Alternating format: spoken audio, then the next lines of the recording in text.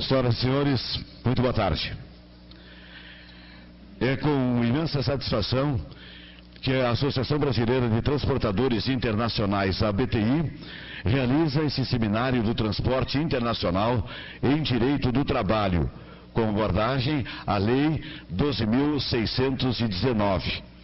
A ABTI é uma entidade engajada em atender às necessidades de um setor altamente dinâmico e em constante busca pela regularidade do transporte rodoviário internacional. Essa entidade de classe congrega em seu quadro social transportadores habilitados no tráfego internacional, operadores logísticos, empresas vinculadas ao comércio exterior, responsáveis pela logística de exportações e importações terrestres nos mercados com Argentina, Chile, Paraguai, Peru, Bolívia e Uruguai. Portanto, nesta tarde, iremos abordar a lei do motorista, que dispõe sobre o exercício da profissão de motorista, regulando e disciplinando a jornada de trabalho e o tempo de direção do motorista profissional, entre outras providências. Lei essa que vem interferindo na logística nacional e internacional. Como convidados do evento, contamos com renomadas autoridades aqui presentes. Dr. Francisco Rossaldo Araújo, desembargador federal do Trabalho. Doutora Laura Antunes de Souza, juíza federal do Trabalho. Dr. João Pieroto Neto, ex-presidente e atual assessor técnico do CT-SERGS. E saudamos também a presença dos nossos desembargadores, doutores João Paulo Lucena, desembargador federal do Trabalho, doutor Fernando Luiz de Moura Cassal, desembargador federal do Trabalho. Contamos também com a presença do público, de diretores de empresas, advogados, contabilistas, acadêmicos e demais interessados, convidados que nos prestigiam com suas presenças nessa tarde. Esse seminário é patrocinado pelas empresas associadas Gafor Logística e Verdejo Transportes.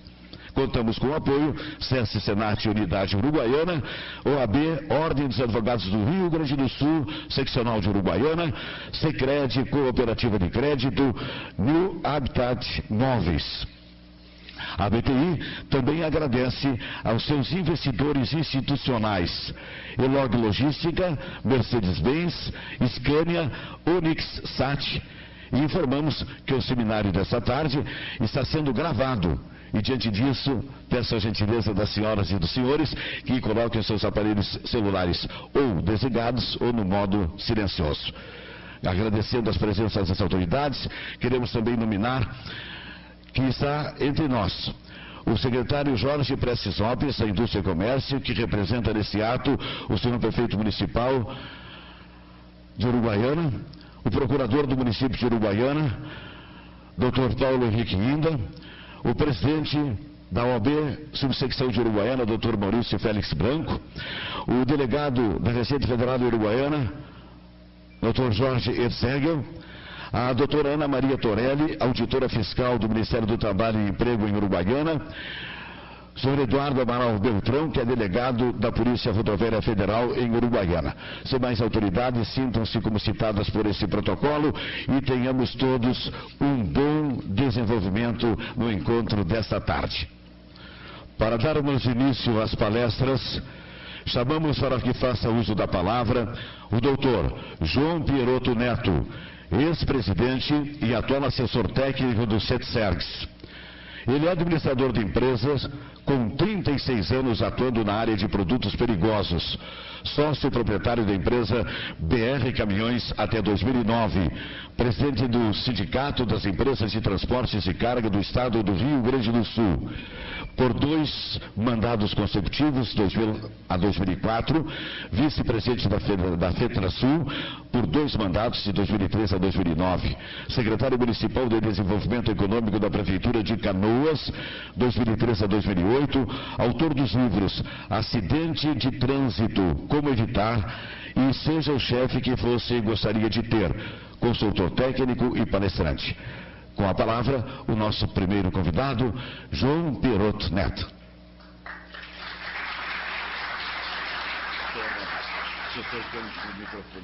Rapidamente eu quero agradecer, primeiramente, o convite da ABTI e parabenizar pela organização desse importante evento, e é extensivo a toda a equipe da BTI.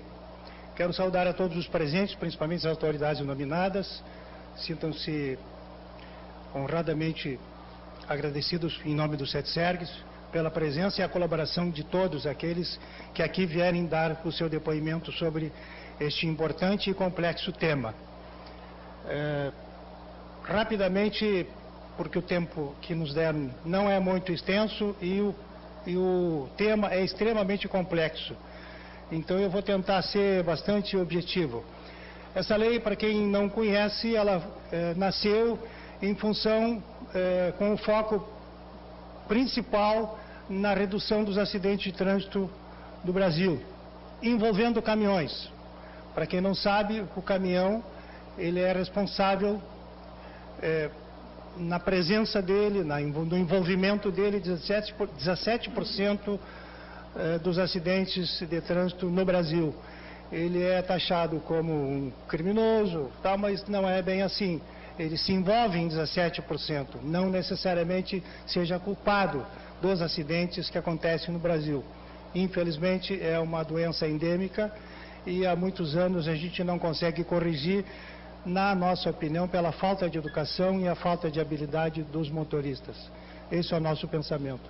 Eu trago a mensagem aqui da visão empresarial sobre a nova legislação, que veio em boa hora, já com certo atraso, mas sempre é importante que ela venha, porque há uma necessidade imperiosa da regulação dessa atividade.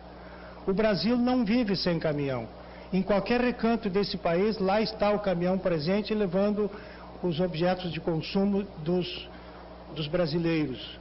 E por isso ele é importante, por isso a atividade de transporte rodoviário de carga é extremamente importante. Por isso é importante o caminhão nas estradas. Às vezes a gente percebe que os motoristas amadores, o caminhão incomoda, o caminhão é grande, incomoda, ocupa espaço, sim, mas é uma necessidade. Então nós não podemos prescindir dessa necessidade, porque ele faz parte do nosso cotidiano e faz parte da nossa sobrevivência. Então, essa lei 12.619, de 30/4/2012, em vigor desde 16/6, ela dispõe sobre o exercício da profissão do motorista profissional, seja ele de caminhão, de automóvel, seja ele qual for, é todo motorista profissional com carteira assinada. Essa lei abrange todos eles. No início, lá em 2012, o SETSERGS tem participado desde o primeiro momento em audiências públicas em todo o país, inclusive várias em Brasília, algumas promovidas pelo SETSERGS, com pessoas, o senador Paim, que foi um dos primeiros a tratar do tema, é gente nossa, mora em Canoas, meu conterrâneo, que eu moro em Canoas. Então a gente debateu esse assunto e vem debatendo, e precisa ser debatido muito ainda para que a gente consiga abrigar na legislação, contemplar, por exemplo, as várias peculiaridades de cada estado desse país. Nós temos de ponta a ponta aqui 5.000 quilômetros de distância. Nós temos de Belém a Manaus, nós não temos, a não ser a navegação, não existe outro modo, o aéreo ou por água, não tem rodovia, mas o caminhão está presente.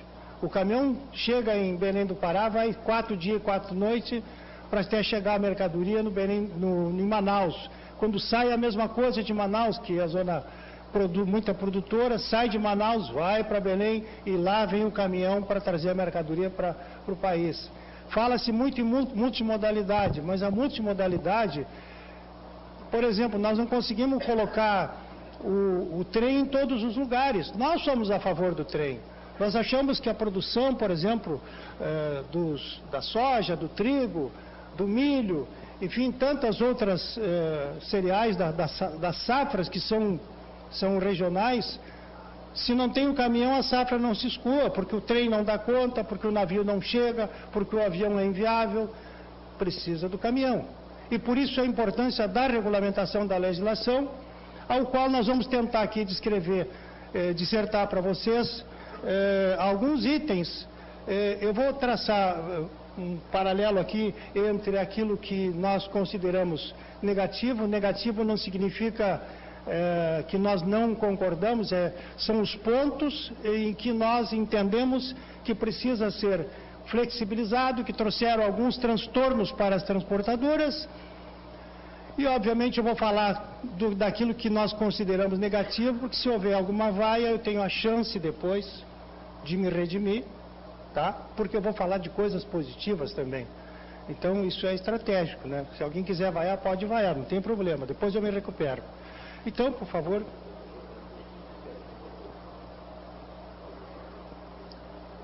Bom, pontos negativos. Pode passar. A difícil aplicação da lei. Por que ela é difícil? Porque nós não tínhamos praticamente nada. Aí cai no nosso colo uma legislação que, inclusive, num primeiro momento foi aprovada em Brasília pela Câmara dos Deputados. Lá ninguém lê nada. Eles aprovam e depois eles vão ver o estrago que fizeram. 6 horas de direção do motorista. Quer dizer, é o típico retrabalho com muito prejuízo para a nação. Porque refazer e desfazer todo esse mal-entendido não é muito fácil. Aliás, não é nada fácil. Principalmente o que vem de Brasília. A Câmara dos Deputados não lê, ele simplesmente assina e depois ele vai ver o que ele assinou. Já tivemos programas mostrando as pessoas, quem conhece Brasília, quem transita nos corredores de Brasília, sabe que tem pessoas com planilhas lá, deputado, o senhor por favor assina aqui, ele assina sem saber o quê. Eles já assinaram incluindo litro de cachaça na cesta básica, quer dizer, não lê. E assim também não foi lida essa primeira aplicação da lei, a primeira promulgação da lei, com 6 horas do tempo de direção. Isso é inexequível, não tem, o país para. Não tem como a gente trabalhar 6 horas no volante, principalmente na longa distância. E quando a gente fala a lei do motorista, tudo aquilo que a gente entende como negativo ou positivo, como depois eu vou falar, nós estamos falando basicamente do motorista de longa distância, aquele motorista que percorre mais de 100 quilômetros de distância da sua base, aonde normalmente ele tem que ficar fora da sua base. Aí está a dificuldade. Por quê? Porque nós temos aqui, eu moro em Canoas, por incrível que pareça, sai carga de Canoas para Belém do Pará de caminhão. Por que não vai de avião? Porque a pista do aeroporto, faz 15 anos que nós trabalhamos para aumentar mais 1.200 metros da pista do aeroporto. Nós vamos perder serviço? Vamos, mas o Brasil vai ganhar. Mas, no entanto, agora está a discussão se aumenta a pista do aeroporto em 1.200 metros, para poder um avião carregar em Canoas e descarregar a carga lá em Manaus. Agora está o debate, vamos aumentar a pista ou vamos fazer um novo aeroporto, o 20 de setembro? É assim que funciona o nosso país. Então, a difícil aplicação da lei é porque são problemas sazonais, o Brasil é dimensões continentais, e aí vem o custo do tempo parado do caminhão. Por exemplo, Porto de Rondônia, Porto Seco de Rondônia, quando tem a safra da soja, tem que ter o agendamento para o caminhão descarregar no trem. Só que o agendamento que acontece lá, o caminhão fica parado de 2, 3, 4, até 5 dias, dependendo do clima, porque se chove, não funciona. Então, isso é um dos exemplos. Eu poderia falar o mês inteiro para você dos problemas que existem. Obviamente que eu não vou fazer vocês passarem por essa tortura aqui, né? Então, o tempo parado, também nós precisamos analisar. Bom, o motorista fica parado? Fica. Mas, por exemplo, no Porto de Paranaguá, que dá fila de 110 quilômetros para descarregar soja no Porto de Paranaguá, o motorista está dentro da cabine. Mas a cada 10 minutos ele tem que puxar o caminhão para a fila. Por quê? Porque senão o outro passa na frente. Ele está dormindo, o outro passa na frente. Isso é um custo Brasil. E por isso nós precisamos pensar, bom, o que nós vamos fazer? O que é preciso fazer? Uma solução muito simples seria, bom, melhora o tempo de descarga. Para ajudar, por exemplo, tempo parado, agora no Porto de Rio Grande.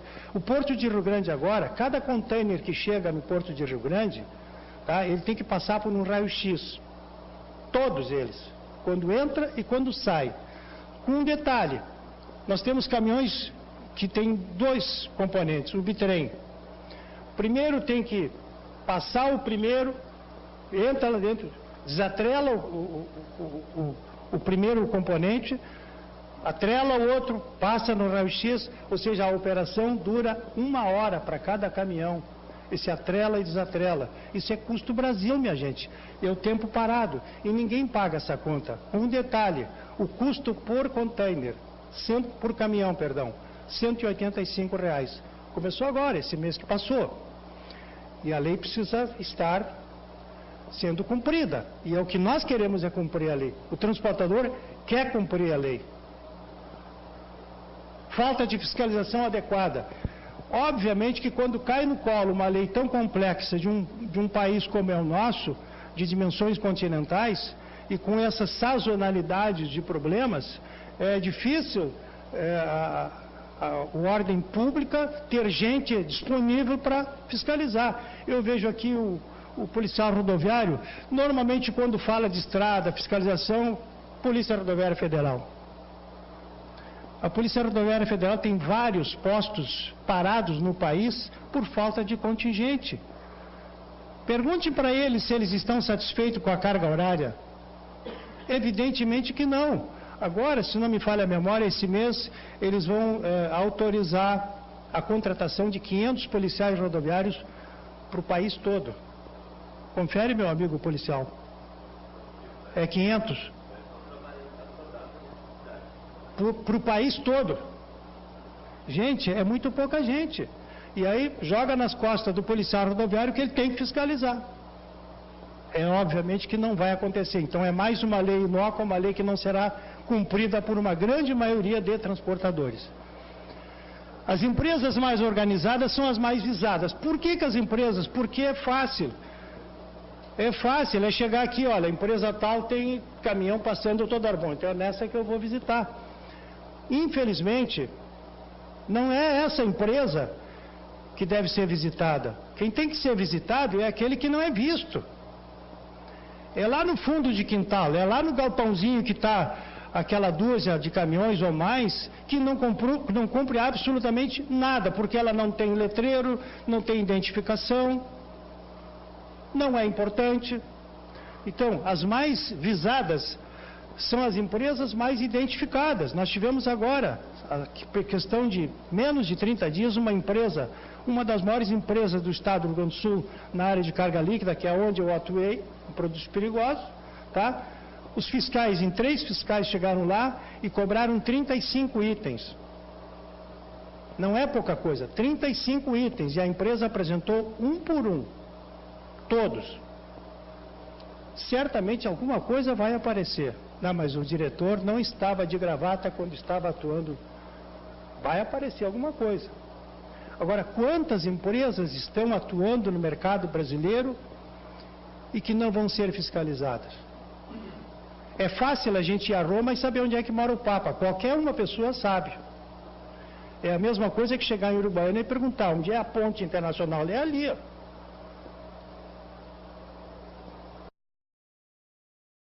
Não existem pontos de paradas específicos. A presidente Dilma vetou, entre tantos outros, os pontos de parada específicos. Parada por quê? Porque deu horário, o motorista tem que parar. Aonde ele vai parar? Carga perigosa não é todo posto que aceita. Posto de combustível é uma propriedade privada que vende o seu produto e que quer lucro. Não é assim da gente chegar a parar um caminhão. Onde é que eu vou parar? Eu estaciono, vou dormir, vou usar o banheiro do posto, não pago nada e está tudo certo. Não, não está certo. Ele tem o direito de dizer, não, aqui tu só para se tu pagar, porque essa propriedade é minha. Ele não tem obrigação nenhuma de amparar os nossos caminhões de graça. Tem que cobrar. O CETSERGS, em parceria com o escritório de planejamento, está elaborando um projeto chamado Truck Center, onde abrange uma série de serviços para que isso passe para a iniciativa privada. Algum investidor que queira investir nesse mercado, ele está aberto. Já tem gente em São Paulo fazendo isso e nós estamos praticamente com o projeto pronto, aonde o caminhão vai parar, vai ter atendida todas as suas necessidades básicas e outras acessórias, mediante o pagamento de uma taxa ou não. Se ele abastece, por exemplo, o caminhão, Ele tem lá o banheiro como cortesia do posto, ele tem lá outros benefícios que o posto vai oferecer em troca de ser um cliente fiel àquele ponto de parada. Mas a presidente Dilma, simplesmente ela passou a caneta e riscou. Não precisa ponto de parada. Vão parar onde? Se vai no acostamento, o policial rodoviário vai lá e multa com toda a razão, porque acostamento de estrada nenhuma foi feita para estacionar. Para quem não sabe, o acostamento, ele é produzido, ele é feito exclusivamente para situação de emergência. Assim eu aprendi, só se mudaram. Mas eu aprendi assim. Acostamento de qualquer rodovia desse país, ele é utilizado única e exclusivamente para situação de emergência. Ponto. Então, nós não temos aonde parar os caminhões, a não ser nos postos de combustíveis ao longo das rodovias. Então, é uma dificuldade que nós enfrentamos. Por quê? Porque o cara simplesmente tem gente querendo cobrar R$50 por noite, só para pernoitar. É obviamente que não vai levar, porque não tem dinheiro para pagar R$50 por noite para pernoitar. Aumento do custo administrativo para o controle. Nós consideramos negativo, mas na verdade o que nós temos feito, pelo menos a grande maioria das empresas organizadas, elas têm se adequado ao cumprimento da legislação, mas o custo administrativo não é nada barato. Por quê? Porque inclui gerenciamento de risco, tá? Que é outro detalhe que aqui no nosso país nós gastamos uma fortuna em gerenciamento de risco, mas não é para melhorar a operacionalidade do trabalho, e simplesmente para cuidar do roubo de carga, do acidente, enfim, coisas negativas que a gente passa na beira das rodovias, e precisamos ter gente cuidando, porque senão não adianta você querer cumprir a lei, mas se o poder concedente ou o poder público não tem gente, nós temos que estar sempre habilitados a prestar contas, porque nós somos prestadores de serviço e temos o compromisso e a obrigação de prestar contas a todo aquele órgão público que nos concedeu a licença para atividade, e obviamente nós temos que cumprir a lei. Esse é o nosso papel. Lei é para ser cumprida. A discussão da lei é outro fórum, que nós estamos fazendo, obviamente, como sindicato, em todo esse país aí. A redução da produtividade. Obviamente, se eu estou andando menos, se eu estou viajando menos, eu estou reduzindo a produtividade do caminhão. Um cálculo feito pela nossa entidade maior, que é a NTC, em São Paulo, chegou-se a números aproximados, isso depende muito de atividade, mas nós estamos com uma média de 30% a menos de produtividade, em função do cumprimento da legislação. Isso gera custos. Por quê? Porque o caminhão precisa rodar. Eu não sei se vocês sabem, mas o maior custo que nós temos no transporte, o maior custo na planilha é o tempo que o caminhão fica parado. Ele para na aduana, ele para nas estradas que estão sendo consertadas, algumas, ele para na falta das estradas, ele para no congestionamento. Há poucos dias eu fiz uma viagem para São Paulo, para Guaratinguetá, e fui de carro porque periodicamente eu faço isso para constatar como é que está a situação. Eu fui caminhoneiro na estrada há 8 anos. Ninguém fala de caminhão porque eu estou de gravata, não. Eu tiro a gravata, boto o macacão e vou para cima do caminhão. Então eu posso discutir. Eu tenho autoridade para falar de caminhão porque eu conheço o assunto. Eu sou que nem o Marcelo Rezende lá da Record. Sabe por que eu sei? Porque eu estava lá. É isso que ele diz. É um cômico, mas fala a verdade, né? Então, eu conheço a estrada. Você sabe, a Serra do 90 fica 90 quilômetros antes de chegar em São Paulo, ou de lá para cá. Quando eu estava voltando, eu fui buscar um filho que se formou na aeronáutica e tinha que trazer a mudança dele, e eu fui para dar um passeio. 3 horas para fazer 20 quilômetros. Quem vai, se tem algum motorista aqui ou não, mas quem for de carro para São Paulo, a Serra do 90, 3 horas para descer a serra. Não foi para subir. Para descer, porque quando sobe tem a desculpa que o caminhão anda devagar. É lógico, ele anda devagar. Mas para descer eu levei 3 horas. Por quê? acidente, congestionamento, obra, desde que eu conheço, minha gente, aquela rodovia. Obrigado.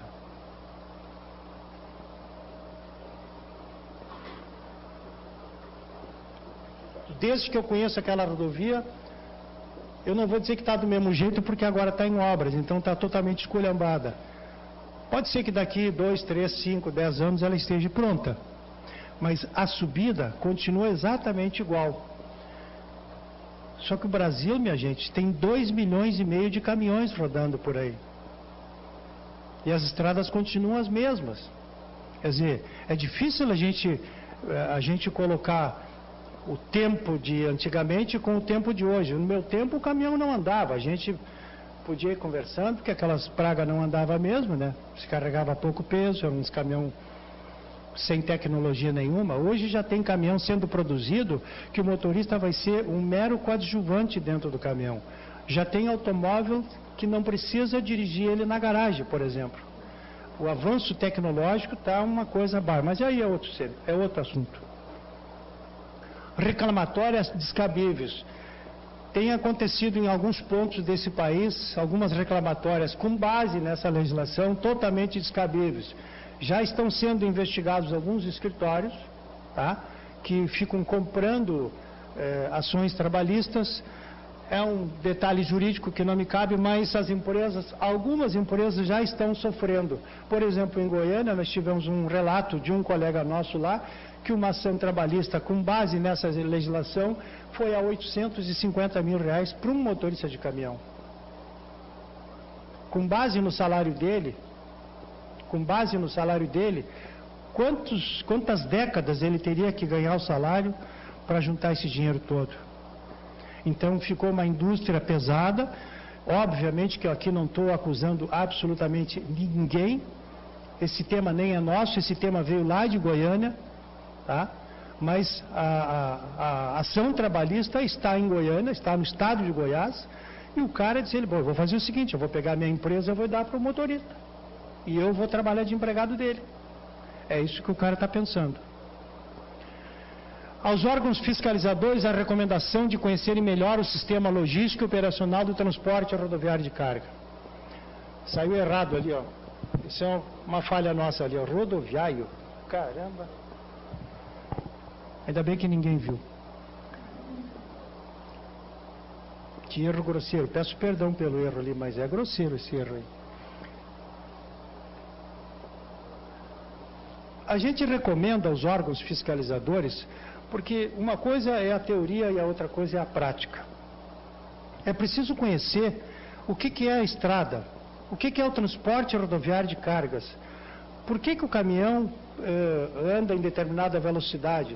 E aqui eu não estou fazendo defesa absolutamente do bom, do mal, eu defendo da necessidade da atividade do transporte rodoviário de carga, porque ele é o elo de ligação entre os bens de consumo e a nossa sobrevivência. Então, não tem. O país inteiro vive do caminhão, atualmente em torno de 65% a 70% depende do caminhão. O estado do Rio Grande do Sul depende de 85% do caminhão. Não se investe em ferrovias há mais de 30 anos nesse país. Quer dizer, então isso é um erro de planejamento estratégico dos governos que vêm se sucedendo e não investem no multimodal. Fala-se muito, por exemplo, na hidrovia. Nós não temos como trabalhar com hidrovia aqui no estado do Rio Grande do Sul, porque o nível dos rios são muito baixos. Nós precisamos no mínimo de 4 a 5 metros para poder trabalhar esse assunto. E o próprio, que chamo de lago, mas eu acho que é o Rio Guaíba, quem olha do centro de Porto Alegre é uma beleza, mas tem lugar ali que tem 1 metro de profundidade. Ele só tem um canal, ele só tem 1 metro de profundidade. Então como é que vai passar um barco por ali? Como é que nós vamos carregar mercadoria por ali? Alguma coisa vai, e vem também, mas o rio é muito baixo, ele não tem como usar a navegação fluvial porque não tem calado. Então não adianta pensar que o navio é mais barato, mas para chegar no navio tem que ter o caminhão. Quando o navio chega lá no porto, tem que ter o caminhão para tirar o produto lá de dentro. O trem é a mesma coisa. Então, a gente precisa dar uma pensada de que às vezes, como às vezes o cara diz assim, pô, mas tem que acabar com os caminhões na estrada. Aí eu perguntei para o cara, o senhor gosta de água de coco? Sim. Bem assim. Isso é verdadeiro, não é piada não. O assunto é muito sério. O cara, mas meteu o pau nos caminhões e no transporte, porque tem que acabar com os caminhões, porque a gente não consegue andar. Aí eu perguntei para ele, o senhor gosta de água de coco? Eu perguntei porque era verão. Gosto, de preferência gelada, né? Sim. Digo, como é que o senhor acha que veio o coco da Bahia para cá, para o senhor beber o coco aqui na beira da praia? Aí ele não falou mais nada, né? Eu estou dando o exemplo do coco. Só que não é bem assim. Então nós precisamos do caminhão, nós precisamos entender por que o caminhão roda nas estradas. Só concluir, pode deixar aí. Só concluindo essa questão dos órgãos fiscalizadores, nós nos propomos, o CETSERGS, a Confederação, a nossa Associação Nacional, que é a NTC, que fica situada em São Paulo, a gente se coloca à disposição para qualquer esclarecimento, a qualquer momento, porque nós queremos colaborar com a legislação. Nós precisamos que ela exista, mas que ela seja cumprida literalmente. E não que ela seja cumprida por parte da população ativa nesse transporte rodoviário de carga. Nós queremos que ela seja realmente cumprida por todos aqueles que exercem essa atividade. E não por uma parte só. Olha, sem medo de errar, 50% hoje não cumpre a legislação. 50%. Tem gente que desconhece a legislação. Em 1986, eu trabalhei junto com o ex-ministro Cloradino Severo, que é desta cidade aqui. Ele é meu colega há 10 anos de consultoria, tá? Ele, a pedido nosso em Brasília, quando ele era ministro do presidente Figueiredo, a gente trouxe dos Estados Unidos a legislação americana do produto perigoso, veio em 1986, aonde a gente conseguiu adaptar a legislação aqui para o nosso país. Tem gente que até 1986, gente, são 28 anos. Tem gente que até hoje transporta insumos agrícolas ou produtos perigosos e que não sabe que tem uma lei que regulamenta, a 96.099. Não sabe ou desconhece ou por negligência, eu não sei, mas aparece seguidamente gente sendo notificada, fechando as portas, a autoridade tem que ir lá fechar as portas, porque diz que desconhece a legislação, 28 anos depois. Vocês imaginam essa lei aqui com 2 anos. Então eu não tenho medo de errar, não tenho o menor receio de dizer que 50% de quem pratica transporte rodoviário de carga nesse país não conhece a legislação. Então nós queremos colaborar com as autoridades, sejam elas de qualquer instância, municipal, federal, estadual, não importa. Nós queremos colaborar sempre. Por quê? Porque as empresas querem a regulamentação. Esse é o nosso papel. Nosso papel como entidade, como empresários, é a nossa responsabilidade. E os pontos positivos, aqui eu vou ver se me recupero um pouco, tá? A regulamentação da profissão de motorista, honestamente, nós temos empresas, nós temos autônomos, tem uma gama infinita de profissionais que não tem limite. Tem aqueles que se dopam para poder viajar 24 horas por dia, que não é 24, é um pouco menos, mas eles ficam com o seu psíquico alterado, os seus reflexos diminuem, ficam provocando acidente, fatores de risco nas estradas, quando não acontece o acidente. Não tem como a gente não querer a regulamentação da profissão de motorista, porque mais uma vez aqui eu digo para todos os senhores e as senhoras presentes, as empresas organizadas estão pagando um preço muito alto por cumprirem toda a legislação, como aquela empresa que foi fiscalizada agora há poucos dias, onde foram cobrados 35 itens, tá?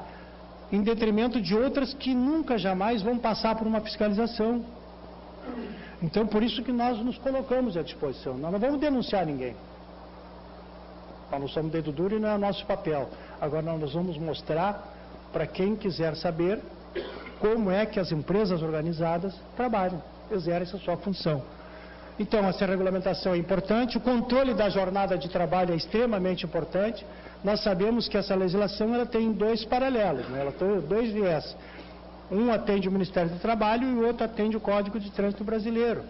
Ou seja, são duas paralelas que têm que andar junto, tá? Para que a gente possa controlar a jornada de trabalho, para que não haja excesso de jornada de trabalho, para que o motorista tenha realmente aquele descanso merecido e necessário, tá? Para que ele não tenha uma sobrecarga de trabalho no volante, porque ele acaba perdendo os seus reflexos, quer queira ou não, porque as estradas, é muito difícil a gente dirigir hoje nas estradas, é muito difícil, é muito trânsito, é muito caminhão, muito automóvel, são 10, 12% aumento por ano da nossa frota, só que a infraestrutura é a mesma, gente.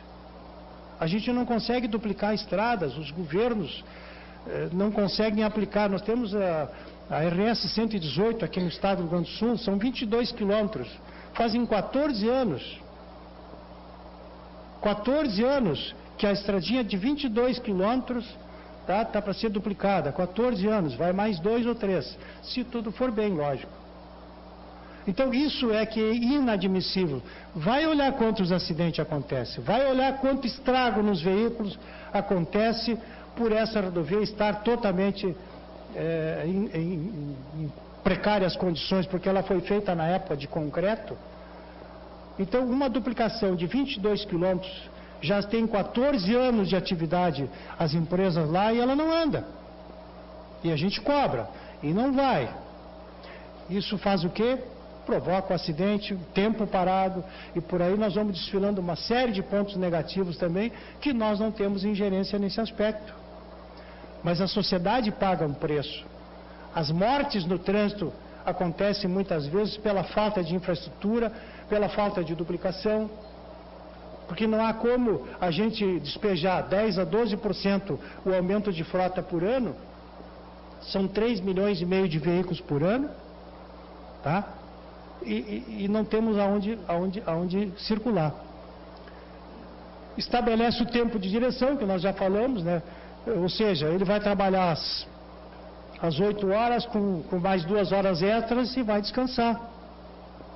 Se a gente analisar dentro das empresas, esse cálculo nós já fizemos, o tempo efetivamente dirigido, ele nunca atinge o limite do tempo permitido. São poucas empresas, a não ser aquelas que têm uma linha regular, que a rodovia favorece, onde tem pista duplicada, aquela coisa toda, são poucas empresas, mas se a gente for observar, ele fica muito tempo parado no congestionamento, na falta de condição.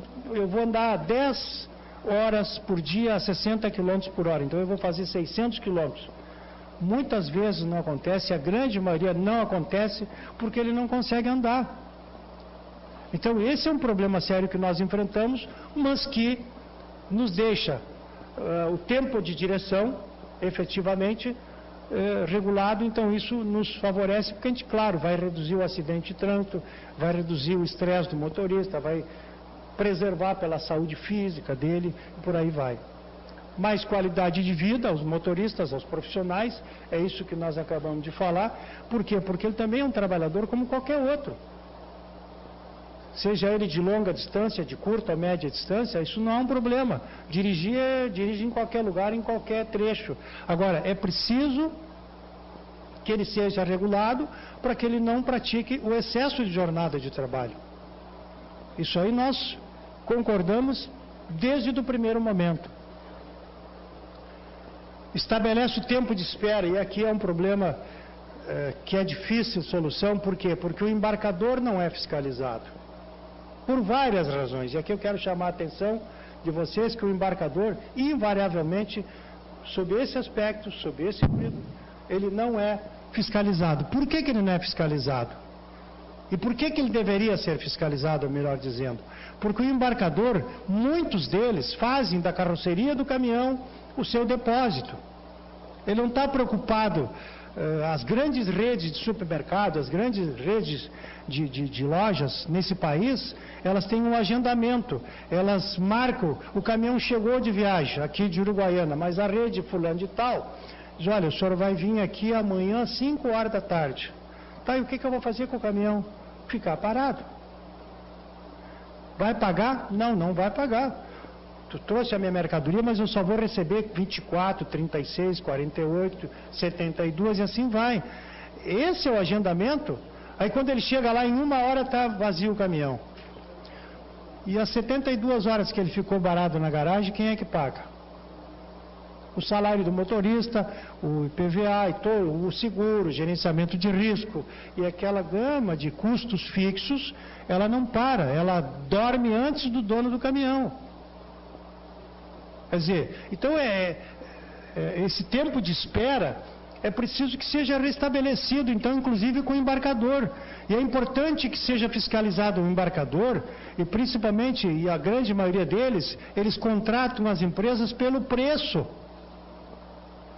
É o preço do frete que manda. É a lei do mercado. Você apresenta uma planilha de custo, como nós temos uma planilha de custo, nós não conseguimos trabalhar 70% da planilha de custo real. Aí o embarcador diz o quê? Tu não faz, o João não faz, mas o José faz. Só que ele não vai lá fiscalizar qual é a empresa que ele está contratando, se a empresa tem gerenciamento de risco, se ela tem apólice de seguro, se ela tem responsabilidade de reposição de frota a partir do momento em que ele por qualquer motivo, ele falha. Então ele vai buscar no mercado sempre o mais barato. E isso aí é comum nesse país aqui. Então, o embarcador também precisa ser fiscalizado para fazer cumprir a legislação. Porque ele não pode explorar o transportador. A lei de oferta e procura ninguém vai revogar nunca. Essa é uma realidade que a gente sabe. Mas o embarcador também tem que ser responsabilizado pela contratação, pela má contratação. Na área que eu atuei durante 36 anos de produtos perigosos, os clientes que eu tinha era Petrobras, Esso Brasileira de Petróleo, Texaco, Copesul, todos os polos petroquímicos desse país, eu tinha clientes lá dentro e podia vir a fiscalização a qualquer momento, que eu sempre tinha na mão, porque eu nasci, meu pai sempre me disse, meu filho, cumpra-se a lei e a discussão é outro momento. A lei está aí, cumpra-se, certo, errado, mais ou menos, não interessa, cumpra-se a lei. E assim eu fiz como diretor de empresa durante quase 40 anos. Só que isso até hoje continua assim, alguns cumprem e uma grande maioria não cumprem. Por quê? Porque não tem fiscalização. Então, é uma lei difícil, é uma lei complexa, mas precisa ser trabalhada. A segurança jurídica para as empresas. Isso veio sempre em favor das empresas agora. Por quê? Porque o motorista, tempos atrás, tinha o artigo 62 da CLT, onde dizia que a profissão de motorista não era regulamentada, né, doutora? Ela dizia que o trabalho externo não precisava controle de jornada. Obrigado. Eu já me esqueci do artigo 62, por isso. Então dizia que o artigo 62 dizia na CLT que o trabalho externo não necessitava de controle de jornada de trabalho. E as empresas, quando demitiam o motorista por qualquer razão, pagavam uma conta muito alta, porque dependendo do juiz, ele dizia que podia ou não podia. Então nós, como empresa, entendemos como positivo a segurança jurídica. Por quê? Porque nós temos a papeleta, nós temos o diário de bordo, nós temos alguns meios eletrônicos que a gente consegue controlar. Então, são provas. Cada viagem o motorista chega, cumpre o seu papel, assina, estamos conversados, vamos para o dia seguinte. Então, isso veio favorecer as empresas. Determina uma mudança de comportamento dos embarcadores, mais um erro aqui, perdão, comportamento dos embarcadores e destinatários. Vamos ter que corrigir o nosso... Bom, tudo bem. Determina uma mudança de comportamento dos embarcadores e destinatários, porque é aquilo que eu falei. O embarcador também, se nós começarmos a cobrar do embarcador, ele vai dizer, não, mas você não faz, mas a empresa tal faz. Então, faça com ela. Não tem problema, vai fazer com ela. Só que comigo vai ter que ser cumprindo a legislação. Bom, o que vai acontecer depois? Aí não se sabe. Mas nós, como empresa, como entidade, defendemos que nós precisamos cumprir a legislação e que o embarcador também tem que ser responsabilizado. Ele não pode segurar o caminhão como depósito da sua mercadoria. Pelo menos é isso que nós estamos tentando fazer. permite que as empresas efetuem exames toxicológicos nos motoristas. Há um clima de mal-estar, às vezes, quando um determinado momento e um determinado ponto de venda de drogas coloca, assim, nivela por baixo a categoria de motorista de caminhão.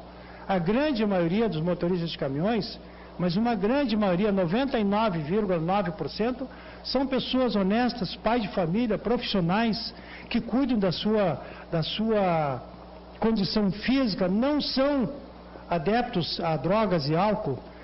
Só que quando cai na Rede Globo, um posto ali em Santa Catarina, que é conhecido por todos nós como um ponto de venda de drogas, pega um motorista menos esclarecido, às vezes ele nem é usuário do chamado estimulante. Ah, não, mas o cara está me filmando, eu vou sair na Globo, então eu vou falar aqui. Só que ele fala bobagem, gente. Ele não sabe o que está dizendo. Infelizmente, essa é a realidade. Ele vai ter aqueles minutos de fama de aparecer na televisão ou de sair no jornal. Só que a grande maioria, as empresas já fazem isso, elas já fazem seus exames periódicos, elas já têm semanalmente, não, mensalmente, controles de pressão, enfim, vários itens que são componentes da conferência da qualidade dos seus motoristas. Só que quando acontece uma reportagem de 10 minutos da Rede Globo, é um arrasa-quarteirão. Todos os motoristas são consumidores de estimulantes ou de drogas. Não é assim, gente. Eu falo de cadeira, falo de conhecimento, conheço muitas empresas em todo esse país aqui, daqui a Manaus, daqui a Belém, eu conheço muito isso aí. Eu só falo em caminhão e óleo diesel há quase 50 anos, minha gente. Então eu posso falar com convicção do que eu estou dizendo para vocês. Não estou querendo convencer ninguém aqui que eu sou o dono da verdade, absolutamente. Eu conheço a atividade. E conheço bastante porque eu comecei cedo, não é porque eu sou velho. Eu sou jovem há mais tempo apenas. Mas essa é a verdade. Estabelece a obrigatoriedade do repouso, estamos repetindo um pouco aqui, né? Então, só que o repouso continua naquele esquema. Para onde? Eu tenho que andar 30% menos do que eu andava antes. Uma grande maioria. Então o que eu tenho que fazer? Eu tenho que encontrar um lugar. Ainda temos sérios problemas nas rodovias, porque os proprietários dos postos não podem oferecer uma infraestrutura de graça. Ela tem um custo, tem um investimento. Tá? E a gente então está trabalhando esse tema para que a gente possa resolver a médio prazo, não pode ser a longo prazo, a médio prazo, a gente vai ter que ter no mínimo a cada 200 quilômetros, a gente vai ter que ter um ponto de parada para que ele tenha o apoio necessário, para que ele faça, digamos, o cumprimento da sua jornada de trabalho e que ele pare com segurança, porque nem isso nós não temos hoje. Ele pode dormir no posto, mas ele não tem segurança nenhuma, porque não há responsabilidade de ninguém. Quando esse empreendimento ele for profissionalizado, que vai ter cancela de entrada, cancela de saída, paga uma taxa ou não, mas essa estrutura toda que será montada dentro desse projeto, que provavelmente tem gente fazendo projeto no país todo. Eu estou falando pelo projeto na qual eu participo aqui com o escritório de Porto Alegre. Então eu acho que a partir desse momento a gente vai conseguir melhorar muito a condição do motorista profissional na estrada e ao mesmo tempo a gente vai ter uma forma melhor de cumprir a legislação. A redução de acidentes de trânsito envolvendo caminhões. Isso é um objetivo que nós buscamos muito antes da legislação. A gente sempre buscou isso daí. Eu, particularmente, que só trabalhei com carga líquida, nunca trabalhei com carga seca, tá? A gente transportava de água potável, ácido sulfúrico, gás, enfim, de tudo quanto é porcaria que a gente consome por aí. Então, na empresa que eu fui diretor, eu aprendi isso muito, a questão de segurança com a ESSO Brasileira de Petróleo. quem me ensinou muito foi a ESSO brasileira. Esta empresa, desde que ela está no Brasil, foi a empresa que mais investiu em segurança de todas as outras companhias. Quando eu trabalhei só tinha 6 companhias de petróleo no Brasil. Hoje tem 2.000 ou mais. Tá? Então, vai olhar o que eles investem na segurança também. Muito pouco. Muito pouco. Mas, o que acontece? Quando eu fui diretor dessa empresa, e não foram pouco tempo, foi quase 30 anos ou mais, primeiro lugar, segurança. Segundo lugar, lucro. Depois vem o resto. Mas primeiro lugar, segurança. Por quê? Porque cada acidente envolvendo um caminhão de carga líquida, a gente não sabe o tamanho do estrago. Essa é a realidade. Pode ser com gasolina, pode ser com óleo diesel, pode ser com gás. Um gás de amônia, por exemplo, sufoca meio mundo. E assim vai outros ácidos que a gente transportava, né? Soda cáustica líquida e por aí vai. Um monte de produto. A gente não consegue mensurar, bom, se o caminhão tomba e vaza, qual é o tamanho do estrago? Não sei. É difícil mensurar. A única coisa que nós temos certeza é que não é pouca coisa. Por isso a gente sempre procurou a legislação na época, 1986 ela entrou em vigor, outubro de 1986, e a partir dali a gente conseguiu regulamentar esse setor, a gente conseguiu melhorar bastante essa atividade. Hoje nós trabalhamos a nível de padrões mundiais, tá? Não tem no mundo padrão melhor do que o nosso, porque nós estamos acompanhando o padrão mundial de atendimento à legislação e às operações de carga líquida ou produtos perigosos, como a gente chama, né? Na verdade, são carga líquida. Produto perigoso pode ser uma carga de animais, pode ser uma carga perigosa. Se ela é mal acondicionada, tem pouco animal dentro solto, tomba o caminhão. É um produto perigoso também. Mas, enfim, eu acho que nós acabamos. Eu trago essa mensagem para vocês das nossas empresas, tá? Para que a gente possa debater esse assunto, que a gente possa arredondar mais essa legislação. A gente está sempre à disposição para qualquer hora e local. A gente quer colocar uma legislação que ela seja exequível por todos, tá? E que seja fiscalizada por todos. Porque de nada serve uma legislação onde parte do setor cumpre e a outra parte fica isenta. Então aí acontece a concorrência desleal, a concorrência predatória. Quando dá o problema, só Deus sabe o tamanho do estrago que dá. E por isso a nossa mensagem de positivo com relação à legislação, mas que ela precisa ser flexibilizada, precisa ser arredondada mais, sim. Para isso nós estamos aqui, inclusive, nesse debate de hoje, e eu agradeço a atenção de vocês e que Deus nos acompanhe sempre. Obrigado.